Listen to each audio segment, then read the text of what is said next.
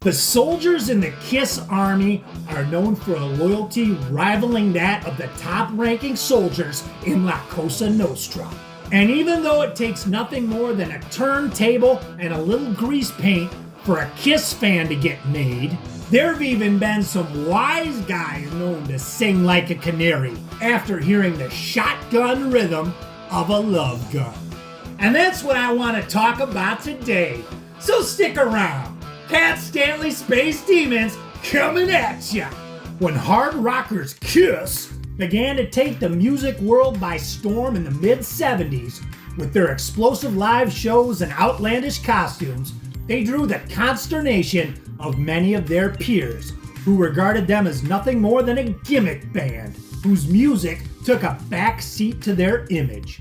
I'm a melody guy, and I always thought that their thing was about the live spectacle more than the records, said Styx lead vocalist and keyboardist Dennis DeYoung back in 2013. Now, REO Speedwagon keyboardist Neil Doughty was somewhat less diplomatic in his criticism of KISS. I thought they were ridiculous and could not believe people liked them so much. When Aerosmith first performed with KISS as their opening act back in 1974, guitarist Joe Perry said this about the band: "I thought they were a little hokey, but the audience was going nuts. I watched them for a while and then went back into the dressing room and was shaking my head in frustration saying, 'What the hell's going on? Is that what people want? Are we going to have to dress up in tutus and put on Halloween costumes to make it?'"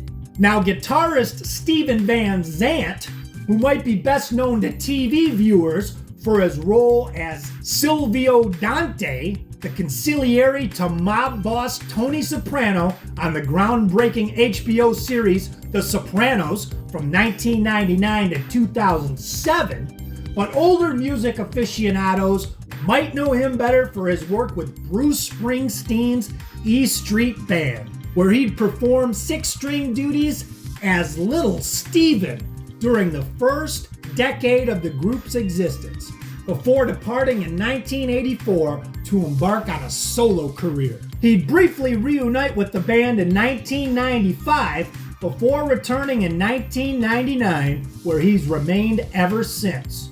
Like many of KISS's early contemporaries, Mr. Van Zandt was not enamored with the hottest band in the land. "I didn't take KISS particularly seriously when they started.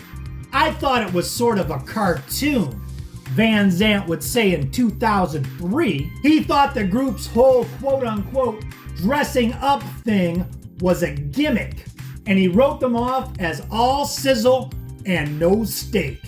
But much like La Cosa Nostra, just when you think you're out, KISS has a way of pulling you back in.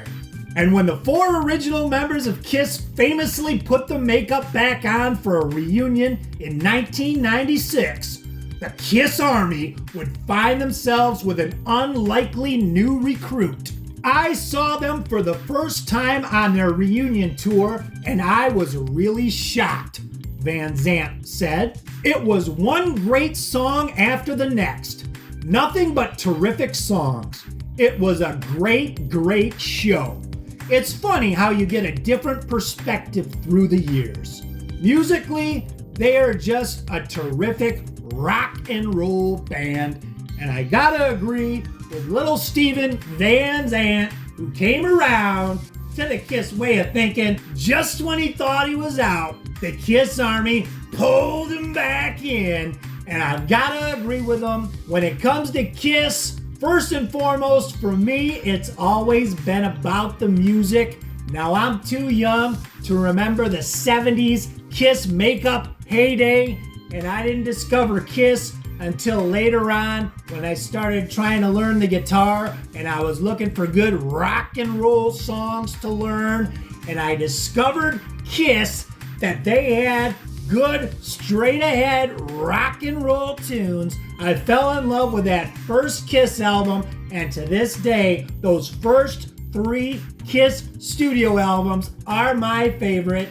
Nothing but good, tight little rock and roll. And as a guy who considers himself a 70s Kiss guy, even though I like a lot of the stuff they did in the 80s, the 70s Kiss is where it's at. There's great stuff on all of those 70s Kiss records, but to me, it comes down to those first 3 Kiss albums that sucked me in and they keep me in to this day.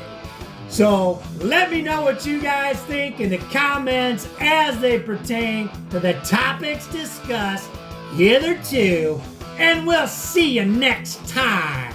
Who's here?